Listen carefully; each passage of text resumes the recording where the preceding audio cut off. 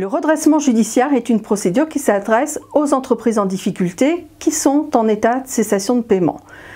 La loi définit la cessation de paiement comme étant l'impossibilité de faire face au passif exigible avec l'actif disponible. La loi précise également que n'est pas en état de cessation de paiement l'entreprise qui dispose encore de réserves de crédit suffisantes ou qui a des moratoires avec ses créanciers.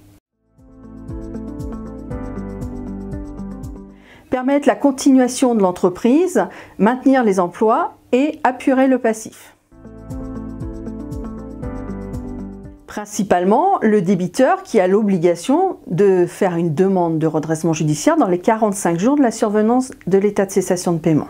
Les créanciers, à condition d'avoir sollicité au préalable une procédure de règlement amiable agricole. La demande doit être présentée devant le tribunal judiciaire du ressort du siège de l'entreprise.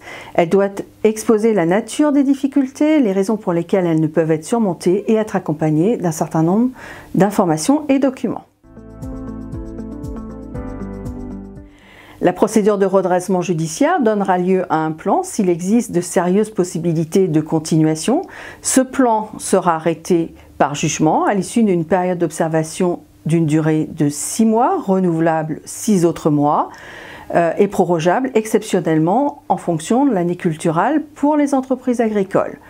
Le jugement donnera lieu à publicité. Pour les entreprises agricoles, la durée maximale des plans est de 15 ans. Le débiteur continuait à assurer la gestion de son entreprise et a seul la faculté d'exiger la continuation des contrats en fournissant la prestation promise aux concontractants. Quant aux créanciers, leurs droits sont restreints. Il est interdit aux débiteurs de les régler. Ils devront déclarer leurs créances dans un certain délai sous peine de ne pas l'avoir prise en compte. Ils auront interdiction de poursuivre le débiteur. Ils ne pourront pas prendre de garantie. Et il y a arrêt du cours des intérêts pour certains créanciers. Par contre, les créanciers dont la créance est née après le jugement d'ouverture bénéficient d'un privilège sous certaines conditions au cas où elles demeureraient impayées. En conclusion, cette procédure permet de continuer l'activité de l'exploitation et de reconstituer la trésorerie avec le gel des dettes pendant la période d'observation et la mise en place d'un plan qui pourra aller jusqu'à 15 ans. Cependant, elle ne permet pas d'obtenir de nouveaux financements.